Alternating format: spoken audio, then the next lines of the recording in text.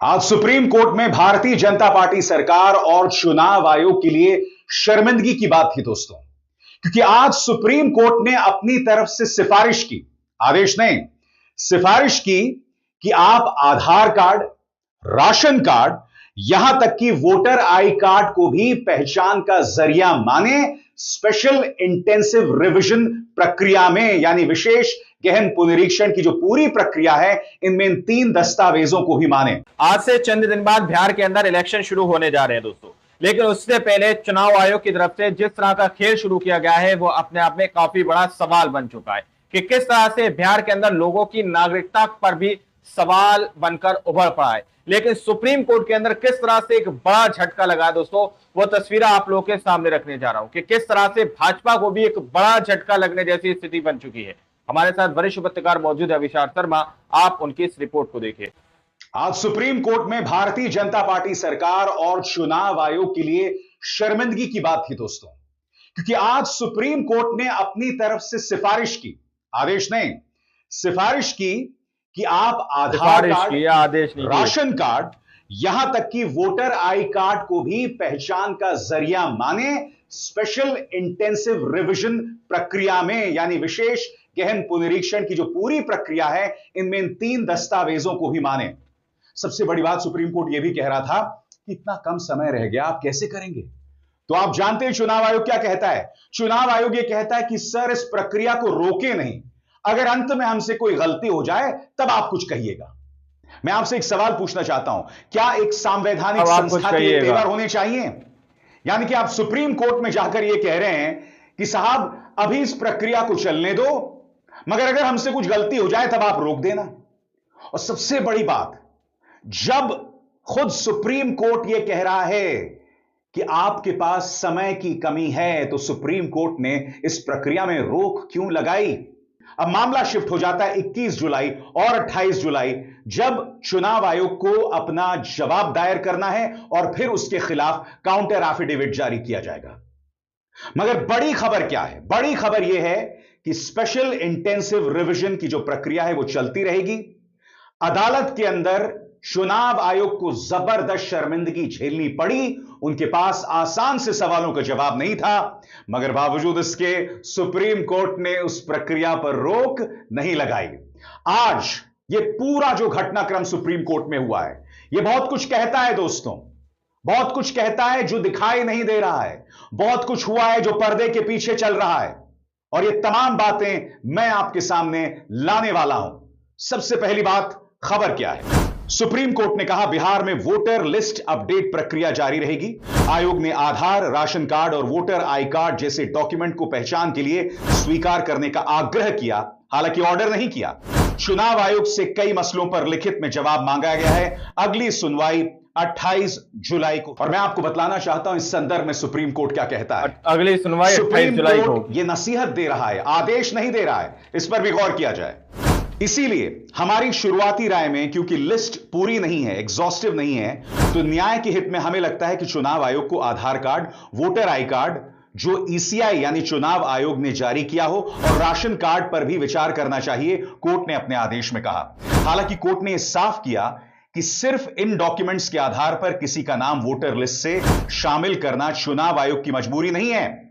ECI यानी चुनाव आयोग के पास यह तय करने का पूरा हक है कि वे इन डॉक्यूमेंट्स को माने या ना माने।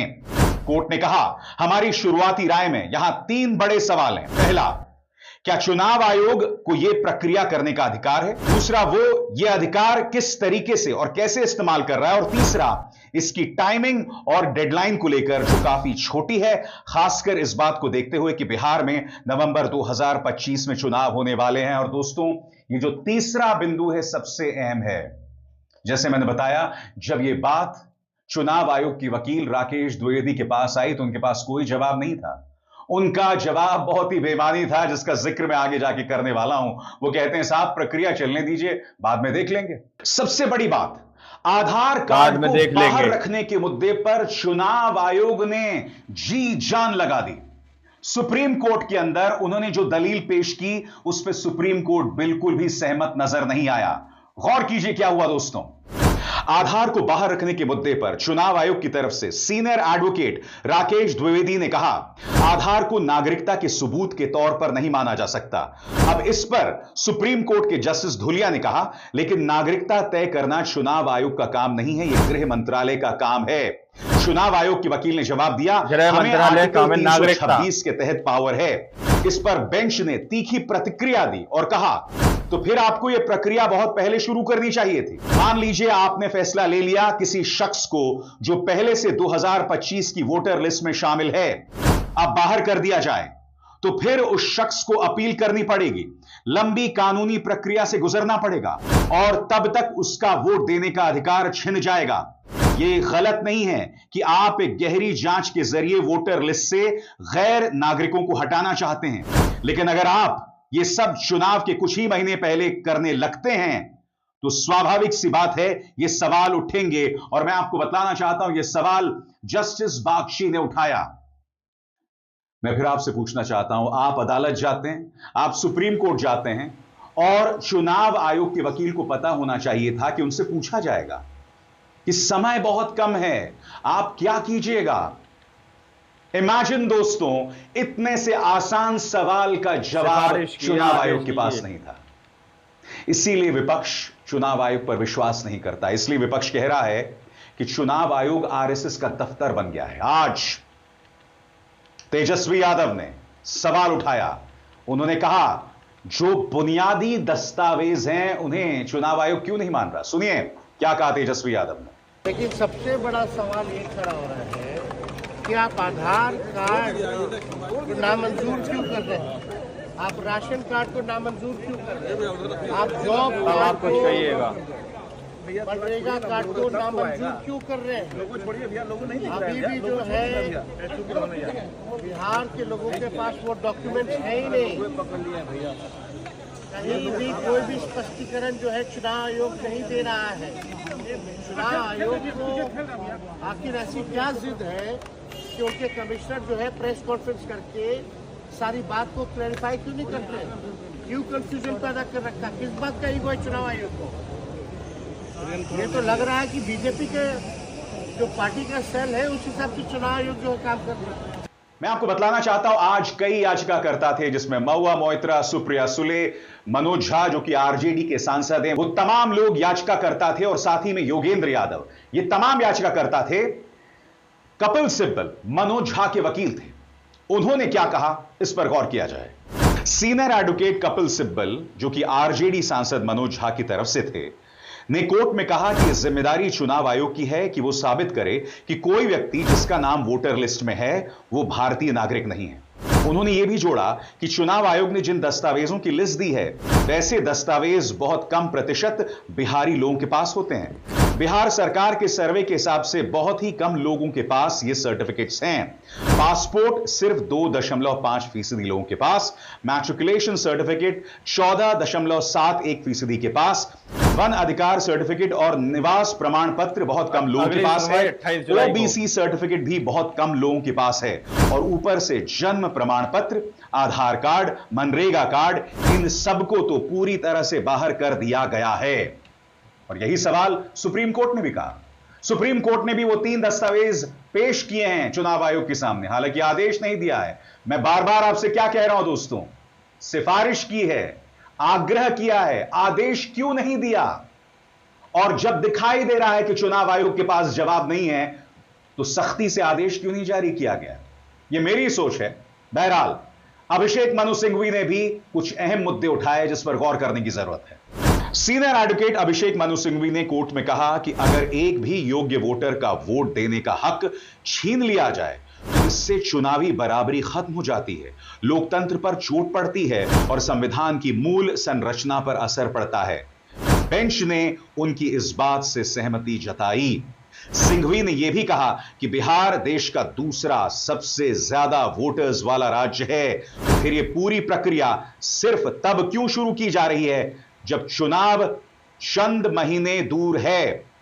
और आगे बढ़ने से पहले एक जरूरी संदेश, मेरे कार्यक्रमों के लिए आप नोटिफिकेशन का इंतजार मत कीजिए, मेरे चैनल में जाइए और खुद जाकर कार्यक्रम देखिए और रहिए अपडेटेड।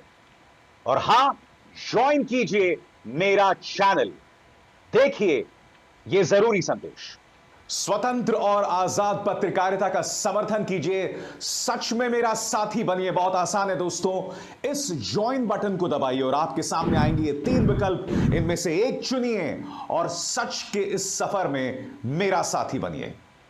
दोस्तों, अभिषेक मनु सिंघवी और कपिल सिब्बल को सुनने के बाद सुप्रीम कोर्ट ने चुनाव आयोग से 3 बड़े सवाल किए, और ये 3 बड़े सवाल विपक्षी पक्ष की मजबूती भी है, उनकी ताकत भी है। और वो 3 मुद्दे क्या है दोस्तों, एक एक करके आपकी स्क्रीन पर आ रहे हैं। विपक्ष जिन बातों को चुनौती दे रहा है वो ये है, पहला, कि क्या चुनाव आयोग के पास ये अधिकार है या नहीं। दूसरा, इस अधिकार को जिस तरीके से इस्तेमाल किया जा रहा है। और तीसरा, ये पूरी प्रक्रिया जिस समय पर की जा रही है, यानी कि इसकी टाइमिंग। अब जैसे कि मैंने कार्यक्रम की शुरुआत में आपको बताया कि सुप्रीम कोर्ट ने सवाल पूछा कि समय बहुत कम है। अब गौर कीजिए चुनाव आयोग क्या कहता है।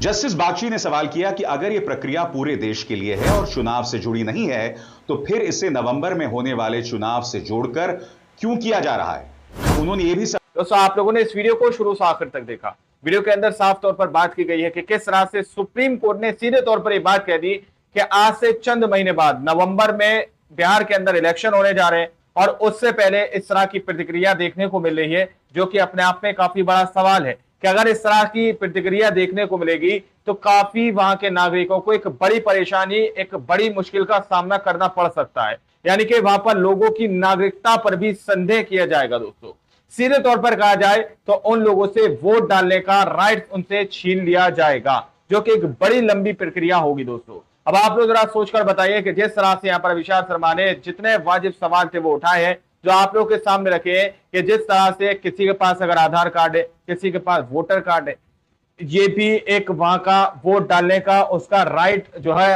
होगा, उस चीज का दर्शाता हुआ नजर आ रहा है। यानी कि आधार कार्ड अगर आपके पास है तो आप वोट डाल सकते हैं। इस तरह की बात सीधे तौर पर कही जा रही है, ये सवाल उठाए गए। दोस्तों, बाकी आप लोगों ने इस पूरी रिपोर्ट को देखा सुना, आप लोग इस रिपोर्ट के बारे में क्या सोचते हैं, क्या समझते हैं, अपनी राय को वैसे अक्सर में जरूर दीजिएगा। मिलते अगली वीडियो में, जब तक के लिए जय हिंद, जय भारत।